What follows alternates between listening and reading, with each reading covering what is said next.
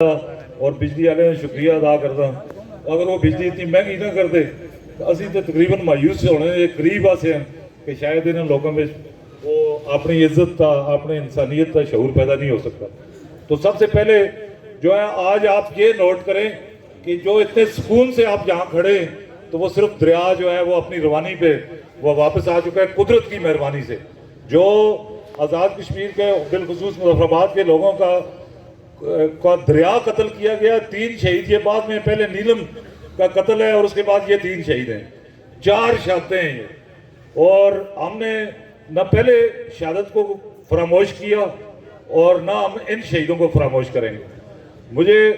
जो है सारी जो बातें जो मैं करना चाहता था बहुत सारी मेरे भाई अंजम ज़मान अवान ने कर दी हैं। सबसे बुनियादी बात यह है कि हमारा 1948 से हमारा इंसान होने का हक तस्लीम नहीं किया गया। आपको इंसान तस्लीम नहीं किया गया। अगर आपको इंसान समझा जाता तो आपके कुदरती वसाइल पे आपकी मलकियत का हक आपके इंसान होने की बुनियादी शर्त है। और वो तस्लीम न करने की वजह से जो पिछले पूरी एक डिटेल लंबी बात है कि नीलम के कत्ल से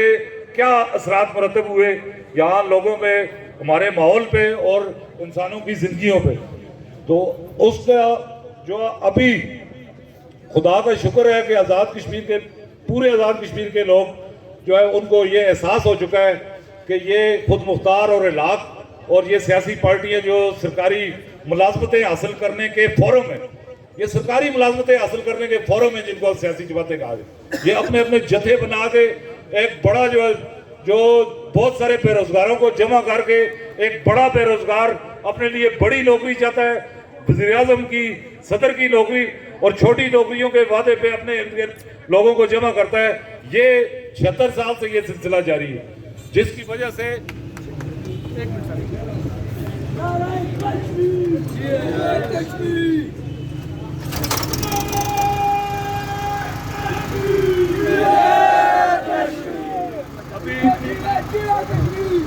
अभी पहली दफा ये दावबट से भिम्बर तक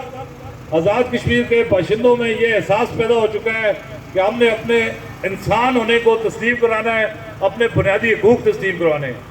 आज जो है इस इज्तिमा का बुनियादी मकसद ये है कि जो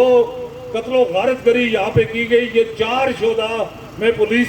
उस सब इंस्पेक्टर को भी उनमें शामिल करता हूँ, इनके कत्ल की जिम्मेदारी आज़ाद कश्मीर की हुकूमत पे आयद होती है, जिन्होंने लोगों को मुश्तैल करके कभी रेंजर्स, कभी FC, कभी PC बुला के इस स्टेज पे पहुंचाया कि जहां हमारी पुरअमन तहरीक को आज मैं फिर अभी सुन रहा था अनवारुल हक वज़ीर आज़म अभी कहता है जो पुरअमन एहतजाज से तो किसी को रोका नहीं जा सकता। तो ये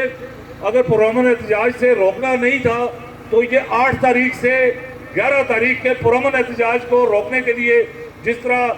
चादर और चार दीवारी का तकद्दस पामाल करके इस तरह डाकुओं और चोरों के घरों में कोई नहीं घुसता, जिस तरह आपने ये किया उसका रिएक्शन कोई दुनिया की ताकत रोक नहीं सकती थी। कि जो आज़ाद कश्मीर के जो सो कॉल्ड लीडर है सबकी असलियत आपके सामने वाज़ेह हो चुकी है। इन सबको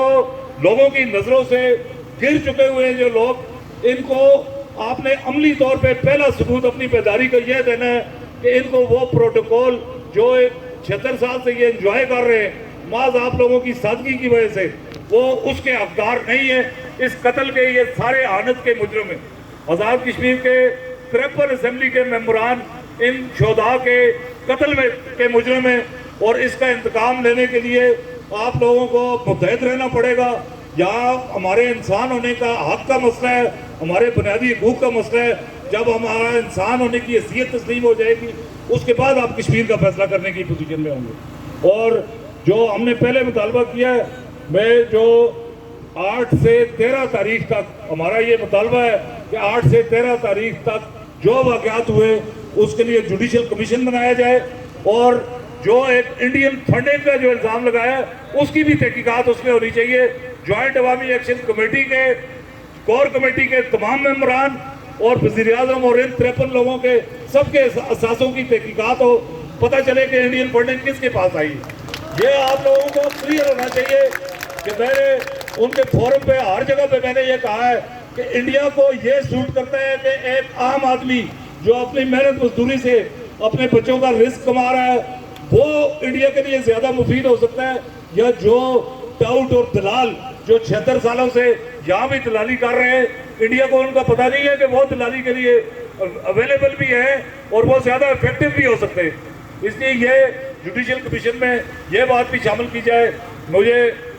बहुत अफसोस की है कि हमारे पहले मुश्तबा भाटे ने शायद बात की थी, हमारे अवामी तहरीक के मीरपुर के एक सरगर्म आरिफ आज़ाद साहब का